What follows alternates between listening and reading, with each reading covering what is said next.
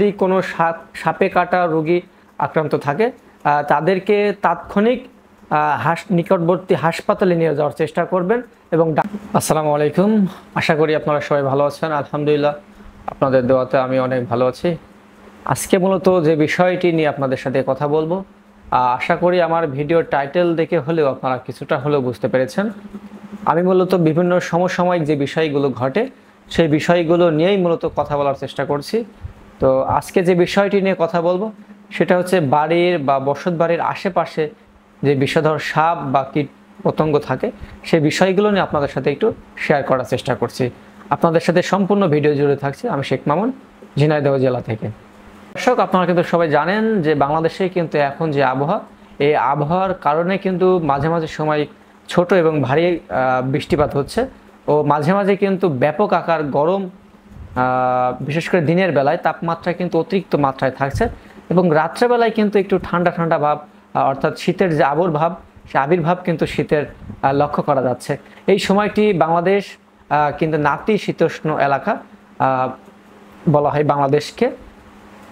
আমাদের বসত বাড়ির আশেপাশে বিভিন্ন আঙ্গিকা থাকে, সে সকল আঙ্গিকা বিশেষ করে বন জঙ্গল যদি থাকে বসত বাড়ির আশেপাশে এবং পরিত্যক্ত জায়গা যদি থাকে, অবশ্যই আপনারা সচেতন মানুষ যদি হয়ে থাকেন এবং আপনাদের যে ভিডিওর মাধ্যমে মেসেজ দিতে চাচ্ছি, আমি মূলত সেই সকল বসত বাড়ির আশেপাশে আঙ্গিকাগুলো যেগুলো থাকবে বা পরিত্যক্ত জায়গা যেগুলো থাকবে সেই সকল জায়গায় অবশ্যই আপনারা পরিষ্কার পরিচ্ছন্নতা রাখবেন, যাতে করে বিষধর সাপ বা কীট পতঙ্গ না থাকতে পারে। ও এই সমস্ত পরিত্যক্ত জায়গায়ও কিন্তু জলাবদ্ধতা হলে বিভিন্ন ছোট যে সমস্ত ডাবের খোলা বা পরিত্যক্ত টায়ার, বোতল, এই সমস্ত বোতলের ভিতরেও কিন্তু অ্যাসিড মশা জন্মগ্রহণ করে। ও বসত বাড়ির আশেপাশে ফাঁকা যে সমস্ত গর্ত বা ছোট মাঝারি বড় পরিত্যক্ত জায়গা থাকবে সেই সমস্ত জায়গায় কিন্তু এই সমস্ত কীট পতঙ্গ বেশি থাকে। তা আমি অবশ্যই আপনাদেরকে অনুরোধ জানাবো এই সমস্ত জায়গা আপনারা পরিষ্কার পরিচ্ছন্ন রাখবেন, যাতে কোনো প্রকার বিষধর সাপ বা কীট পতঙ্গ বসা না বাঁধতে পারে। প্রয়োজনে আপনারা সেই সকল জায়গাকে বিষ প্রয়োগ করবেন, যেগুলোর মাধ্যমে এই সমস্ত প্রাণীগুলো যাতে না থাকে বা নির্ধারণ হয়ে যায়।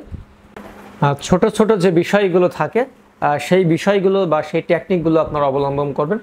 প্রথম হচ্ছে, যদি কোনো সাপে কাটা রোগী আক্রান্ত থাকে তাদেরকে তাৎক্ষণিক নিকটবর্তী হাসপাতালে নিয়ে যাওয়ার চেষ্টা করবেন এবং ডাক্তারের পরামর্শ দিয়ে ট্রিটমেন্ট করার চেষ্টা করবেন। দ্বিতীয়ত, সাপে কাটা আক্রান্ত রোগীকে অবশ্যই সাহস জোগানোর চেষ্টা করবেন, যাতে তার মানসিকতা দুর্বল না হয়ে পড়ে। এই জন্য তাকে সবসময় সাহস দিয়ে রাখবেন। 3 নাম্বার হচ্ছে, মরিচ ও পানি পড়া গাছরা ইত্যাদি খাওয়ানো যাবে না, এটি কখনোই করা যাবে না। 4 নাম্বার, রোগীর শরীরে সাপের দাঁতের চিহ্ন দেখে সাপ বিষধর না কি তা বিবেচনা করবেন। ও 4 হচ্ছে, কি সাপে কেটেছে সেটা অবশ্যই আইডেন্টিফাই করবেন। 5, যে কোনো দ্রুততম যান যেমন মোটর সাইকেল অথবা অ্যাম্বুলেন্স করে হাসপাতালে নিয়ে যাবেন, যাতে দ্রুত আপনার নিকটবর্তী হাসপাতালে যাতে দ্রুত পৌঁছাতে পারেন এবং দেরি না করে যত দ্রুত সম্ভব সাপে কাটা রোগীকে অবশ্যই নিকটবর্তী হাসপাতালে নিয়ে যাওয়ার চেষ্টা করবেন। বিশেষ করে মাথায় রাখবেন যে সময় যাতে নষ্ট না হয় বা সময় যাতে কালক্ষেপণ না করা যায়, যত দ্রুত সম্ভব হাসপাতালে নিয়ে যাওয়ার চেষ্টা করবেন রোগীকে। 5, সাপ চেনা গেলে ভালো, না চেনা গেলে বা ধরতে গিয়ে সময় নষ্ট করবেন না। সাপ যদি ধরতে পারেন ধরে রাখবেন, অথবা যদি চিনতে পারেন তাহলে তো ভালো, না চিনতে পারলে সরাসরি ডাক্তারের কাছে নিয়ে যাবেন। কোনো অবস্থাতে ওঝা বা কবিরাজের কাছে নিয়ে গিয়ে মূল্যবান সময় নষ্ট করবেন না। ওঝা বা কবিরাজ বিষ কখনোই নামাতে পারে না, এটি আসলেই অনেক মূল্যবান কথা। সেটি হচ্ছে, ওঝা বা কবিরাজ কখনোই বিষ নামাতে পারে না। হয়তো বৃষ্টি সমসাময়িকের জন্য নষ্ট করে দিতে পারে, কিন্তু তারা কখনো বিষ নির্মূল করে দিতে পারে না।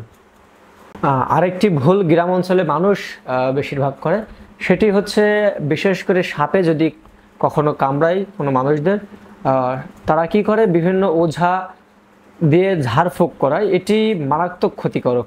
ওঝা কখনো বিষ নামাতে পারে না, এটা সম্পূর্ণ ভুল ধারণা। তো আমি তাদের উদ্দেশ্য বলতে চাই বা এই ভিডিওর মাধ্যমে যে মেসেজ দিতে চাচ্ছি সেটি হচ্ছে, যদি কখনো কোনো মানুষের সাপে কাটে বা সাপে কামড়ায়, অবশ্যই আপনারা তাৎক্ষণিক নিকটবর্তী যে কোনো স্বাস্থ্যকেন্দ্র অর্থাৎ হাসপাতালে যে অ্যান্টিভেনাম দিবেন অথবা ডাক্তারের পরামর্শ অনুযায়ী তাদের সাথে কথা বলবেন। অযথা যদি বিভিন্ন ওঝাদের কাছে নিয়ে যান ঝাড়ফুঁক করান, সেটি আপনাদের কাজে লাগবে না। আমাদের সমাজে অসংখ্য ঘটনা ঘটেছে যে তারা একটি ভুলের কারণে কিন্তু প্রাণ হারিয়েছে অনেকের ফ্যামিলির মানুষ। হয়তো আপনারা জানেন আমার থেকে অনেক বেশি, যে বিভিন্ন সময় সাপে কাটলে তারা কি করেছে, তাৎক্ষণিক নিকটবর্তী স্বাস্থ্যকেন্দ্র না নিয়ে যে ওঝার কাছে নিয়ে গিয়ে সময় নষ্ট করে এই বিষয়ের কারণে কিন্তু মানুষের মৃত্যু ঘটেছে। তো প্রিয় দর্শক, আমার ভিডিওটি কেমন ছিল আশা করি আপনাদের মতামতগুলো অবশ্যই কমেন্ট বক্সে জানিয়ে দিবেন, এবং আবারও দেখা হবে, কথা হবে কোনো নতুন এক ভিডিওতে। সে পর্যন্ত অবশ্যই আপনারা সুস্থ থাকবেন, ভালো থাকবেন। ধন্যবাদ সবাইকে।